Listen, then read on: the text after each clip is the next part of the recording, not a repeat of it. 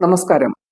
NDA രാഷ്ട്രീയം മടുത്തെന്നും ബി.ജെ.പിയിൽ ക്വാളിറ്റിയുള്ള ഒരൊറ്റ നേതാക്കളില്ലെന്നും എൻ.ഡി.എ ഘടകകക്ഷിയായ ഹം പാർട്ടി നേതാവ് എ.വി. താമരാക്ഷൻ ബി.ജെ.പിയിൽ നിന്നുള്ള കടുത്ത അവഗണനയിൽ പ്രതിഷേധിച്ച് എൻ.ഡി.എ വിടുകയാണെന്നും താമരാക്ഷൻ മലയാളം എക്സ്പ്രസിനോട് പറഞ്ഞു. എൻ.ഡി.എ വിട്ട താമരാക്ഷൻ ആർ.എസ്.പിയിലേക്ക് തന്നെ തിരിച്ചു പോകാനുള്ള പരിപാടിയിലാണ്. ഹം പാർട്ടി സംസ്ഥാന കമ്മിറ്റി വിളിച്ച് ഈ തീരുമാനമെടുക്കുമെന്നും താമരാക്ഷൻ പറഞ്ഞു. ബി.ജെ.പിയാണ് എൻ.ഡി.എയെ നയിക്കുന്നത്. രാഷ്ട്രീയം എന്താണെന്ന് പോലും ബി.ജെ.പി സംസ്ഥാന പ്രസിഡന്റായ രാജീവ് ചന്ദ്രശേഖറിന് അറിയില്ല.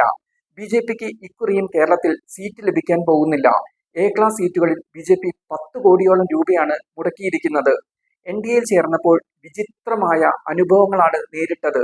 എൻ.ഡി.എ യോഗം പോലും കൂടാറില്ല. ഘടകകക്ഷികൾക്ക് എൻ.ഡി.എയിൽ നിന്നും കടുത്ത അവഗണനയാണ്. കേരളത്തിൽ ഒരിക്കലും എൻ.ഡി.എ അധികാരത്തിലെത്തില്ല. സവർണ വോട്ടുകളാണ് കേരളത്തിൽ ബി.ജെ.പിക്ക് ലഭിക്കുന്നത്. പിന്നോക്ക വോട്ടുകളിൽ കടന്നുകയറാൻ ബി.ജെ.പിക്ക് ഇതേവരെ കഴിഞ്ഞിട്ടുമില്ല. കൊള്ളാവുന്ന നേതാക്കളെയാണ് ഞങ്ങൾ ഇക്കുറി സ്ഥാനാർത്ഥികളാക്കാൻ തീരുമാനിച്ചത്. 4 സീറ്റുകൾ ഞങ്ങൾ ആവശ്യപ്പെട്ടിരുന്നു. എന്നാൽ ഒരൊറ്റ സീറ്റ് പോലും ഞങ്ങൾക്ക് തന്നില്ല. എന്റെ പാർട്ടിയിലെ 2 പേർ 2020 എത്തിയപ്പോൾ അവർ സ്ഥാനാർത്ഥികളായി മാറി.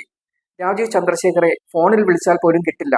എൻ.ഡി.എയിൽ ചേർന്നതുപോലുള്ള ഗതികേട് തന്റെ 60 വർഷത്തോളം നീണ്ട രാഷ്ട്രീയ ജീവിതത്തിൽ ഉണ്ടായിട്ടില്ല. ഇതെല്ലാം ജനങ്ങളോട് തുറന്നു പറയും, താമരാക്ഷൻ പറഞ്ഞു.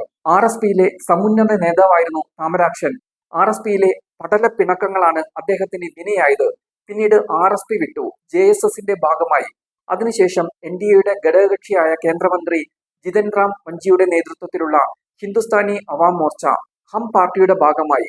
ഇപ്പോൾ ഹം പാർട്ടിയും വിട്ട് അദ്ദേഹം ആർ.എസ്.പിയിലേക്ക് തന്നെ മടങ്ങുകയാണ്.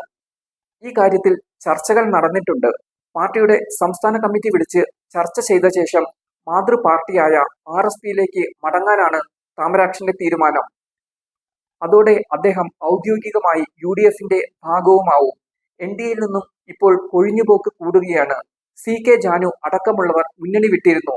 അതിന് പിന്നാലെയാണ് താമരാക്ഷനും എൻ.ഡി.എ വിടുന്നത്.